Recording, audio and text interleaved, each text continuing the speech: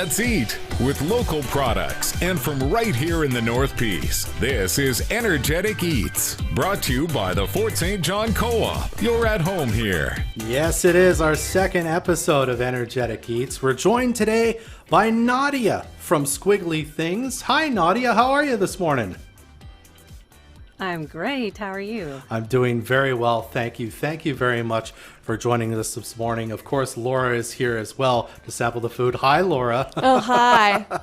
I'm back. So, Laura, why don't you start us off with a question for Nadia, eh? Yeah, so what got you into making like the microgreens? I grew up on a farm back in Switzerland, and like many young folks, they just want to get away from what their parents used to do, and that's what I did. And now later in my life, I felt very much that calling of getting back to growing things and feeding local communities. And I feel microgreens in particular are such a neat crop, especially in areas like the Peace, where we're far away from anything where fresh greens are being grown. So I figured, hey, I want to grow them locally and feed my local communities.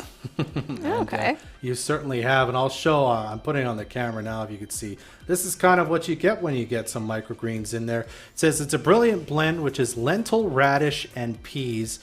You just harvested this yesterday from your garden, so it's super, super fresh. It might seem like a silly question, Nadia, but you know, how much labor goes into growing something like a microgreen? Do you have an enormous garden where you're growing your vegetables, or is stuff like this, if someone wanted to grow it themselves, could you grow it kind of in a little garden in your own house? Is that possible? It is possible, yeah. And indeed, I do actually grow the microgreens inside. I find it's beneficial to have them in a more controlled environment where I have a better understanding of the growth cycle.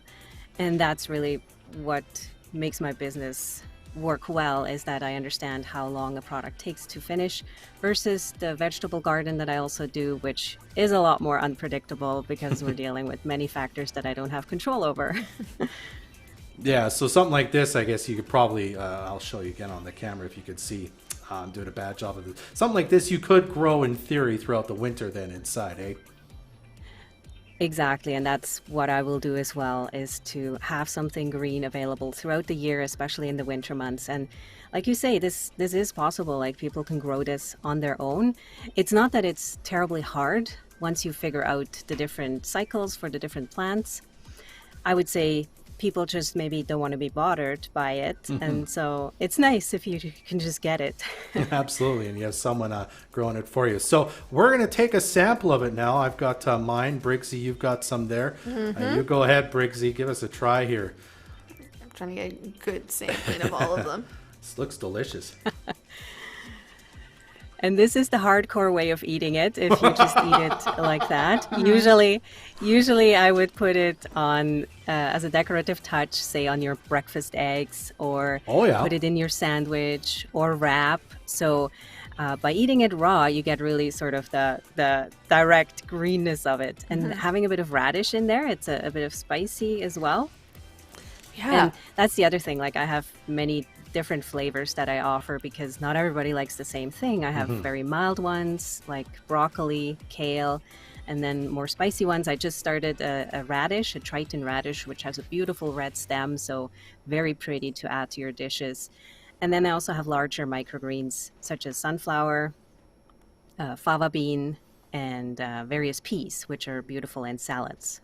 Wonderful. I mean, so these are sort of designed to be added to things, as you say, eggs, salads, and just kind of give you a little boost of flavor and maybe some vitamins too, I guess, eh? It's the nutritional aspect that a lot of people really like about the microgreens. It's kind of like when you think about young cells, even in our body, right? Like, young cells, they have all the vitality, all the nutrients and minerals in them. And then when things age, so when we have a more mature plant, we still have nutrients in there, but it's in a different form. So you get it a lot more condensed when you eat it in the micro format. Oh, it's wonderful. I think I'm going to have to put some on my salad for lunch there, Briggsy. Absolutely. And then, well, where can anyone buy the microgreens that you sell?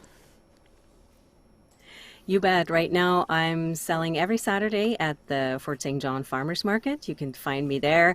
Just watch for the Squiggly Things banner and my smiling face at the farmers market. And hopefully soon we'll also be able to sell at the fireweed market. We're just waiting for them to have a cooling opportunity because obviously we want to keep that product nice and cool and refrigerated until it's ready to be eaten.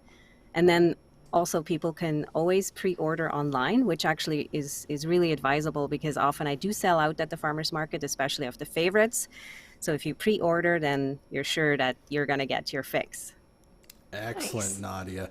Well, I want to thank you again for joining us today to talk about this. If you want more information about Nadia and Squiggly Things, you can check out our website, www.squigglythings.ca. Thanks for talking to us about this today, Nadia. So happy, glad you like my microgreens, and have a great day. Great addition to your salad or your eggs, as you say. Take care.